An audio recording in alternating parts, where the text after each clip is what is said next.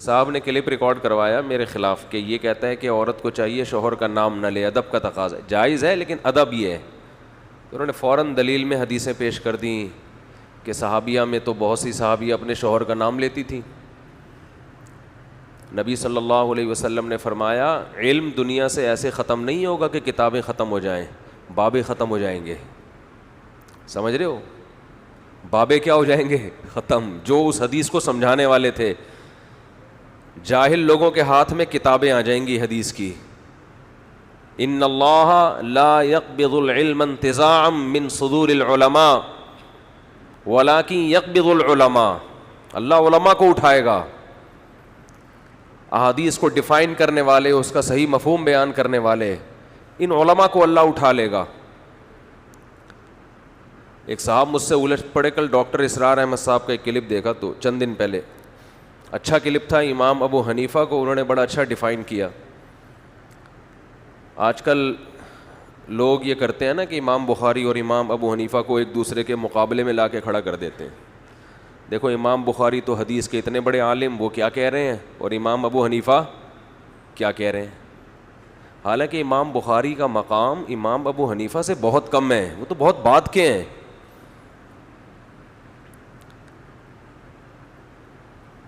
امام ابو حنیفہ تو انہوں نے تو صحابہ کی زیارت کی ہے.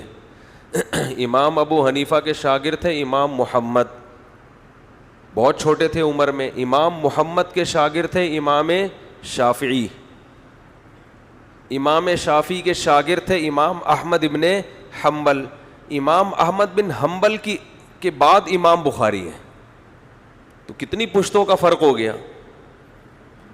امام ابو حنیفہ نے جو حدیث کا علم حاصل کیا ہے براہ راست علی اور عبداللہ بن مسعود کے شاگردوں سے حاصل کیا ہے، براہ راست.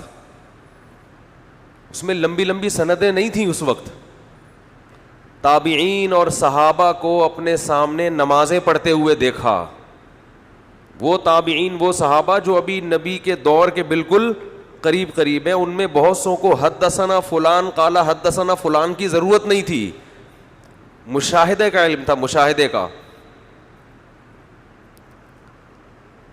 امام بخاری بھی ہماری نظر میں بہت بڑے ہیں، لیکن تفقہ میں، مسائل اخذ کرنے میں قرآن و سنت سے، اس میں امام بخاری کو امت نے وہ مقام نہیں دیا جو کس کو دیا ہے، امام ابو حنیفہ کو. بلکہ اس میں تو امام احمد بن حنبل کا مقام بھی امام بخاری سے زیادہ ہے.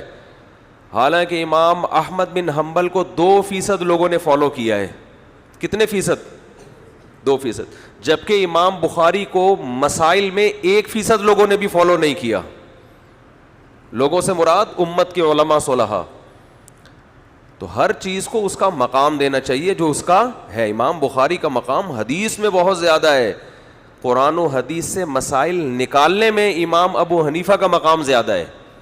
یہ چھوٹی سی بات کر کے میں اپنے اصل ٹاپک کی طرف چلتا ہوں. آپ کہہ سکتے ہیں اس کا مطلب امام ابو حنیفہ کا ذہن تو بہت تھا لیکن حدیثیں ان کو امام بخاری سے زیادہ معلوم نہیں تھیں. یہ بھی غلط ہے. امام بخاری رحمہ اللہ تعالیٰ فرماتے ہیں میں حدیث کا علم حاصل کرنے کے لیے دمشق اتنی دفعہ گیا، حجاز اتنی مرتبہ گیا، مصر اتنی مرتبہ گیا، فلاں جگہ اتنی مرتبہ گیا، کوفہ کتنی مرتبہ گیا، لا احصی، میں اسے شمار نہیں کر سکتا. کیونکہ مدینہ اور کوفہ یہ 2 جگہیں علم کا مرکز تھیں، اور علم سے مراد حدیث کا علم ہے یہاں پہ، قرآن اور حدیث کا علم. کیونکہ مدینہ تو مدینہ ہے، بہرحال نبی کی آخری آرام گاہ، صحابہ تابعین تھے. کوفہ میں بھی حضرت عمر کے دور میں عبداللہ بن مسعود گئے ہیں، اور حضرت علی موو کر کے، ہجرت کر کے کہاں چلے گئے تھے؟ کوفہ. تو حضرت علی کا سارا علم کہاں منتقل ہوا ہے؟ کوفہ میں، اور ان کے ساتھ 1400 صحابہ گئے ہیں. تو اس لیے آپ قرآن جس قراءت پہ پڑھتے ہیں وہ بھی کوفہ کی قراءت ہے. یعنی ہم جو قرآن پڑھ رہے ہیں نا، یہ قاری کہاں کے تھے؟ کوفہ کے قاری تھے، جن کی قراءت پوری دنیا میں مشہور ہوئی ہے. یعنی قرآن اس امت نے کوفہ کے لوگوں سے سیکھا ہے. اور امام بخاری کہتے ہیں میں ہر جگہ حدیث کا علم حاصل کرنے گیا ہوں متعین مقدار میں. کوفہ اتنی دفعہ گیا ہوں کہ میں شمار نہیں کر سکتا. اس کا مطلب کوفہ میں حدیث کا علم سب سے بولو زیادہ تھا، کیونکہ عبداللہ بن مسعود اور حضرت علی کے شاگرد تھے وہاں پہ. تو امام حنیفہ تو ہیں ہی کوفہ کے، انہوں نے تو براہ راست ان لوگوں سے علم حاصل کیا ہے. اور پھر آپ نے سفر بھی کی امام حنیفہ نے حدیث کے لیے. اور اس امت کا اجماع ہے کہ جب کسی کو مجتہد کہا جاتا ہے، فقیہ کہا جاتا ہے، تو اس کا مطلب قرآن و حدیث کا علم کے بعد یہ فقیہ بنتا ہے، اس سے پہلے تو بن ہی نہیں سکتا. تو یہ علم پہلے آتا ہے، فقاہت بعد میں آتی ہے.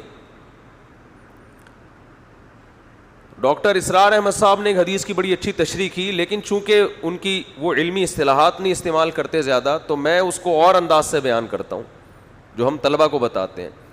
ایک اہل حدیث عالم مجھ سے کہنے لگے کہ امام ابو حنیفہ رحمہ اللہ تعالیٰ نے، یہ ایپلیکیشن تو 360 ہے نا، 360، اس کے بارے میں نے کچھ تھوڑی سی بات کرنی ہے.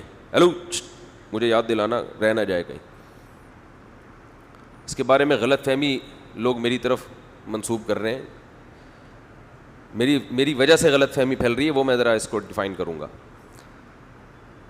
انہوں نے کہا کہ امام ابو حنیفہ رحمہ اللہ تعالیٰ کا مسلک یہ ہے، محدث تھے نا، ان کا مسلک یہ کہ ایمان بڑھتا بھی ہے اور بولو گھٹتا بھی ہے. امام ابو حنیفہ کہتے ہیں ایمان نہ گھٹتا ہے اور نہ بول لو نا بڑھتا ہے. آپ جب بھی امام ابو حنیفہ کا قول پہلی نظر میں دیکھیں گے نا، پہلی نظر میں آپ کو ایسا لگے گا قرآن و حدیث کے خلاف ہے. اسی چیز سے ہمارے بہت سے اہل حدیث بھائیوں کو دھوکا ہوا ہے. ان کو لگا کہ امام حنیفہ کے پاس حدیث کا علم نہیں تھا یا وہ قرآن حدیث کے خلاف چلتے تھے.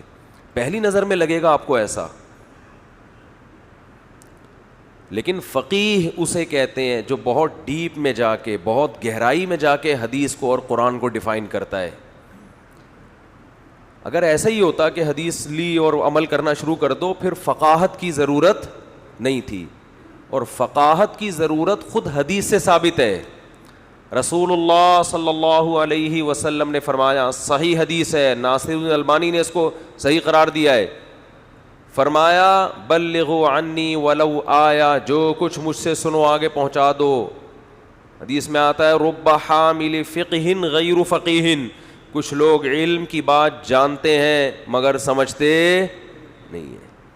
تو آگے پہنچاؤ گے، عین ممکن ہے جس کو بتا رہے ہو وہ تم سے زیادہ اس کا اچھا مطلب جانتا ہو. تو اس میں تو نبی نے خود فرمایا ہے کہ اس امت کو اللہ نے 2 حصوں میں ڈیوائیڈ کیا ہے. ایک فقہا جو ایسا مفہوم بیان کریں گے جس کی طرف تمہاری توجہ نہیں جائے گی، اور کچھ ہوں گے جو حدیث کے ظاہر کو لے رہے ہوں گے، وہ اس گہرائی میں نہیں جائیں گے. تو وہ مجھ سے کہنے لگے کہ امام حنیفہ کہتے ہیں کہ ایمان نہ گھٹتا ہے نہ بڑھتا ہے. قرآن میں جو جگہ جگہ آتا ہے کہ یزیدہم ایمانا، زادہم ایمانا، کہ صحابہ کا ایمان کیا ہو گیا؟ بڑھ گیا. غزوہ احزاب کے بارے میں ہے نا کہ لوگوں نے بتایا کہ لوگ تمہارے خلاف جمع ہو رہے ہیں، فخشوہم، ان سے ڈرو. تو صحابہ بجائے ڈرنے کے، غزوہ احد میں ایسا ہوا تھا نا کہ تو فزادہم ایمانا، قرآن کہہ رہا ہے بجائے ڈرنے کے ان کا ایمان اور زیادہ بڑھ گیا. تو جگہ جگہ قرآن میں آتا ہے کہ جب ہماری آیات نیک بندوں پہ تلاوت کی جاتی ہیں تو ان کا ایمان بڑھ جاتا ہے. تو ظاہر ہے جو چیز بڑھتی ہے وہ کم بھی تو ہوتی ہے نا. اور امام حنیفہ کہتے ہیں ایمان نہ گھٹتا ہے نہ بڑھتا ہے. تو آپ کو تو لگے گا یہ بالکل قرآن کے خلاف، ان کو تو پتہ ہی نہیں. جس کو اتنا نہ پتا ہو وہ مجتہد یا فقیہ یا امام تو دور کی بات، میرا خیال ہے یہ تو وہ تو اس کا مطلب انہوں نے ناظرہ قرآن بھی نہیں پڑھا، ابھی دیکھ کے بھی نہیں پڑھا ابھی تک. اتنی موٹی موٹی آیتیں ان کی نظر سے ہو جلیں. یہ وہی ہے جیسے ایک جماعت المسلمین والے نے کہا کہ قرآن میں تو لکھا ہے کہ مائیں اپنے بچوں کو 2 سال دودھ پلائیں گی، اور امام حنیفہ کہتے ہیں 2.5 سال. میں نے کہا یہ آیت 15ویں صدی میں آپ کو معلوم ہے جبکہ آپ پراپر عالم بھی نہیں ہو. تو امام ابو حنیفہ جو صحابہ کے شاگرد تھے، پوری زندگی قرآن و سنت میں لگا دی انہوں نے، ان کو اتنا بھی نہیں پتا ہوگا کہ قرآن کہہ رہا ہے کتنے سال ہے. یہ مجھے معلوم ہے آیت، آپ کو معلوم ہے.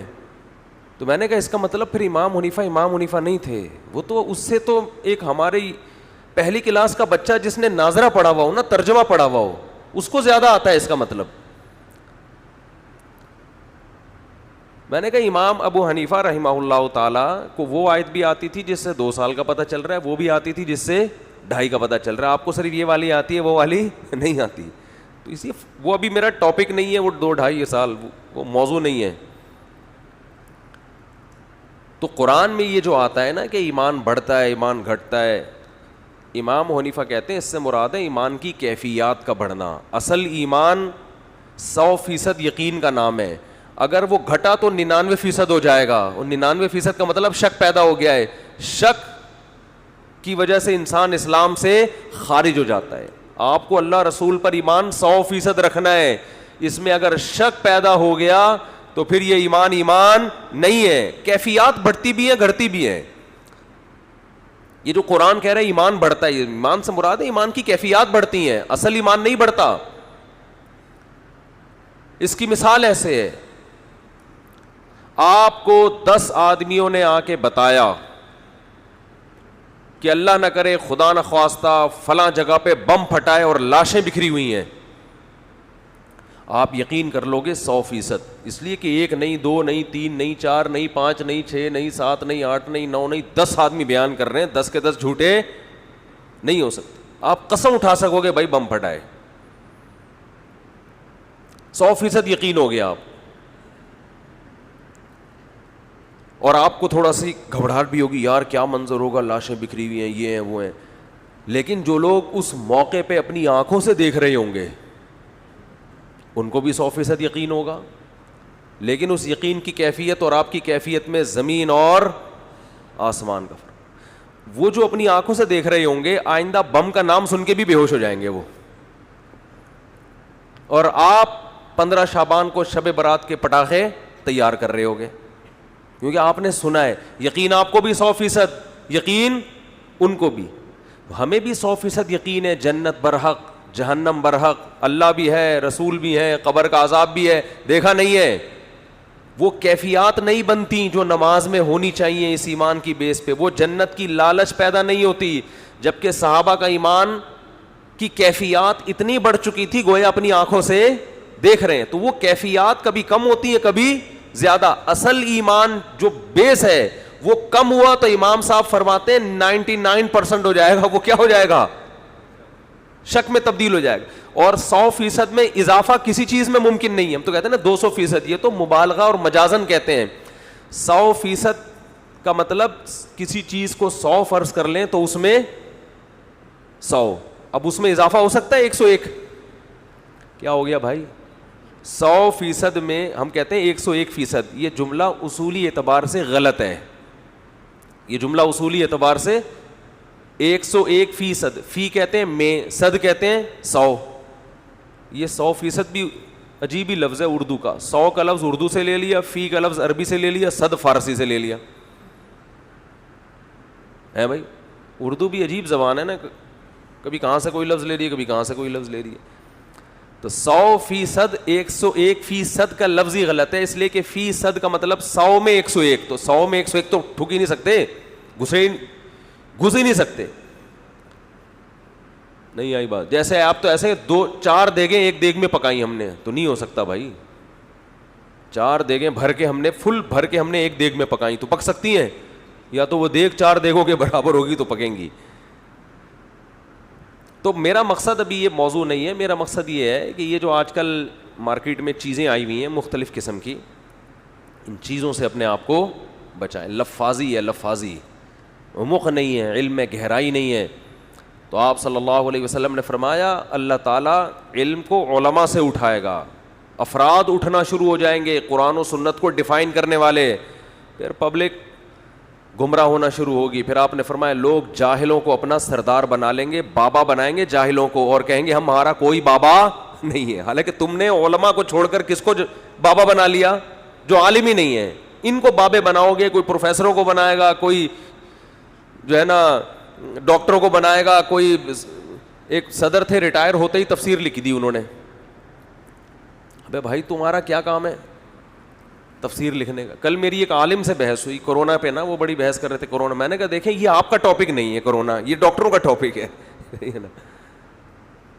یہ ڈاکٹروں کا ٹاپک ہے, ویکسین لگانی چاہیے کہ نہیں لگانی چاہیے, کرونا پھیل رہا ہے کہ نہیں پھیل رہا ہے, یہ کس کا ٹاپک ہے؟ تو کیوں آپ ڈاکٹروں کی فیلڈ میں آپ بولتے ہیں بھائی مجھے نہیں پتا.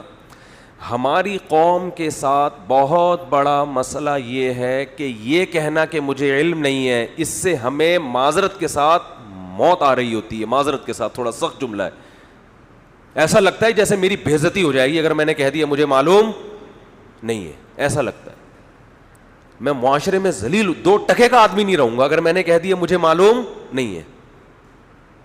میرے رشتے آنا بند ہو جائیں گے, لوگ یہ سمجھتے ہیں, لوگ میری عزت کرنا چھوڑ دیں گے اگر میں نے یہ کہہ دیا کہ مجھے معلوم نہیں ہے. یاد رکھو علم شروع وہاں سے ہوتا ہے جب آپ کہو مجھے معلوم, بولو نہیں ہے. علم تو یہاں سے شروع ہوتا ہے. اگر آپ کو پہلے سے ہی پتا ہے تو سیکھو گے کب آپ؟ پھر کب سیکھو گے بھائی آپ؟ سیکھتا وہی ہے جس کا اپنے بارے میں گمان ہے کہ مجھے نہیں آتا. ایک آدمی بچے کو سائیکل چلانی نہیں آتی, وہ ابا سے کہتا ہے نا سکھاؤ. اگر ابا کہیں کہ تجھے آتی ہے, وہ کہے ہاں آتی ہے, ابا سکھائے گا اس کو؟ کوئی بھی نہیں سکھائے گا. بولے آتی ہے تو چلا پھر ٹھیک ہے نا. تو یہ کہنے میں میرے بھائی کوئی حرج نہیں ہے کہ آئی ڈونٹ نو. انگلش میں بول دیا کرو, اس سے یہ پتہ چل جائے گا انگلش کم از کم مجھے آتی ہے. تو یہ بڑا عیب ہے.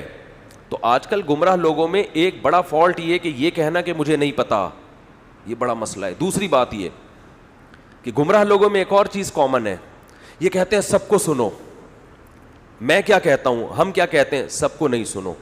آپ کو تمیز نہیں ہے کہ صحیح کون ہے غلط کون ہے. کچھ معیار تو ایسے ہیں جس سے آپ کو صحیح غلط کا پتہ چلے گا. جیسے ڈاکٹر کے بارے میں آپ دیکھنا چاہتے ہیں صحیح کون ہے غلط کون ہے, تو کچھ تو اللہ نے سینس دی ہے نا. اس کے بعد جب ایک پر اعتماد ہونا کہ یہ صحیح ہے تو اہل حق کو سنو. پھر جب جس کے بارے میں آپ کا غالب گمان ہو کہ یہ اہل حق. گمراہ لوگوں کو مت سنو.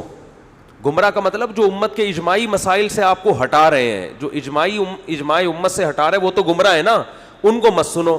تو یہ پتہ ہے ہمیں کیا کہتے ہیں, یہ لوگ شخصیت پرست ہیں, یہ اپنی دکانیں چلانا چاہ رہے ہیں, یہ ہر ایک کے پاس جانے سے روک رہے ہیں کیونکہ وہاں حق مل جائے گا اور ان کی دکانیں بند ہو جائیں گی, لہذا ہر ایک کو سنو. دعویٰ کرتے ہیں ہر ایک کو سنو, مگر سننے ہر ایک کو نہیں دیتے. اس کی دلیل یہ ہے کہ آپ ان لوگوں کے کلپ کے نیچے شیئر کر لیں, اس کے جواب میں کوئی کلپ, فوراً وہاں سے اڑا دیں گے یہ اس کلپ کو. نہیں آ رہی سمجھ میں. دیکھو کسی کا کلپ گمراہ آدمی کا چل رہا ہو نا, کلپ چل رہا ہو, آپ نے بھی کلپ ریکارڈ کروا کے نیچے کمنٹس میں لنک شیئر کر دیا, تو یہ کہتے ہیں سب کو سنو, تو ان کو چاہیے وہ لنک اور زیادہ شیئر کریں کہ ہمارا تو سن رہے ہو, ان کا بھی سنو, خود ہی کمپیئر کرو کون صحیح کون غلط. آپ تجربہ کر کے دیکھ لیں, یہ سب سے پہلے وہ لنک اڑائیں گے. کیا مطلب, ان کو بالکل بھی نہ سنو. تو یہ صرف لفاظی ہے کہ سب کو سنو, ورنہ ان کی جو عمل بتا رہا ہے صرف مجھے سنو. میرے جواب میں اگر کسی نے کلپ ریکارڈ کروا کے لنک شیئر کر دیا ہے تو میں اس کو اڑا دوں گا. کوئی پتھر سے نہ مارے میرے دیوانے کو, بم کا زمانہ اڑا دو سالے کو. حقیقت ہے نا, وہ شعر ہے نا, پرانا گانا ہے اصل میں. یہ اب اتنا گھننا بننے کی ضرورت نہیں ہے. پرانے زمانے کے گانے اللہ معاف فرمائے ہم نے چھوڑ دیے, لیکن پھر بھی یاد ہے. کبھی کبھی کوئی بس میں لگا ہوتا تو یاد آ جاتا تھا, اچھا یہ ونس اپون اے ٹائم. ایک صاحب, وہ میں نے انٹرویو دیا نا سما ٹی وی پہ, انہوں نے کہا گانے سنتے ہیں, گانے گانے کا فلم. میں نے کہا نہیں. میں نے کہا پرانے گانے یاد ہیں مجھے. اچھا, پہلے وہ اینکر نے پوچھا کہ آپ قوالیاں سنتے ہیں؟ میں نے کہا نہیں. شوق ہے؟ نہیں, شوق بھی نہیں ہے. پرانے گانے یاد ہیں. تو نیچے کسی صوفی صاحب نے کمنٹس کیے ہوئے تھے, قوالیاں جو روحانی کلام ہوتا ہے وہ نہیں, گانے یاد ہیں. لوگ چھوڑتے نہیں ہیں, گانے ان کو یاد ہیں. تو بھائی ہم تو نہ قوالیاں سن رہے ہیں نہ گانے سن رہے ہیں, لیکن تو پرانے تھے نا, تو پرانے میں ہم قوالیاں نہیں سنتے تھے, اللہ معاف فرمائے, گانے بھی نہیں سنتے تھے, لیکن جو پڑھ جاتے تھے کان میں یاد رہ جاتے تھے, تو وہ یاد رہ گئے. کوئی پتھر سے نہ مارے میرے دیوانے کو. پہلے زمانے کی شاعری میں یہی تھا نا, پتھر سے, پتہ نہیں اس کا پہلا مصرع کیا ہے, جو بھی ہے. وہ تو اصل میں محبوبہ یہ کہہ رہی ہے میرے دیوانے کا خیال کرو, پتھر وتھر سے بیچارے کو نہ مارو. پرانے زمانے کی معشوقاؤں کا یہی حساب ہوتا تھا کہ بھائی شادی ہو رہی ہے نہیں ہو رہی, لیکن اس عشق کی قدر تو کرو نا, کم از کم اس کو پتھر سے نہ مارو. تو شاعر نے بڑا ٹائٹ کام کیا, اس زمانے کے حساب سے اس کو چینج کر دیا ہے. اس زمانے کی معشوقہ اگر آپ کو عشق ہے پھر بھی نہیں کرے گی, وہ کہے گی جب مجھے نہیں ہے تو بم کا زمانہ ہے اڑا دو سالے کو, جان چھوٹے اس سے. تو یہ بڑا اچھی عکاسی کی ہے.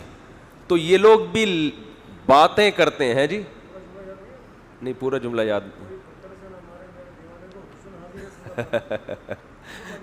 کہہ رہے ہیں حسن حاضر ہے سزا پانے کو, یعنی محبوبہ کا مطلب یہ تھا کہ میرے حسن کی وجہ سے عاشق ہوا ہے, اس کا قصور نہیں ہے. یہی کہنا چاہ رہے ہیں نا, شکریہ آپ کا. تو لیکن شاعری دیکھو کتنی خاندانی ہے یار, حسن حاضر ہے سزا پانے کو, تو شعر بن ہی نہیں رہا. یہ پورا شعر ایسا نہیں ہوگا, حسن حاضر ہے سزا, یہ شعر کا وہ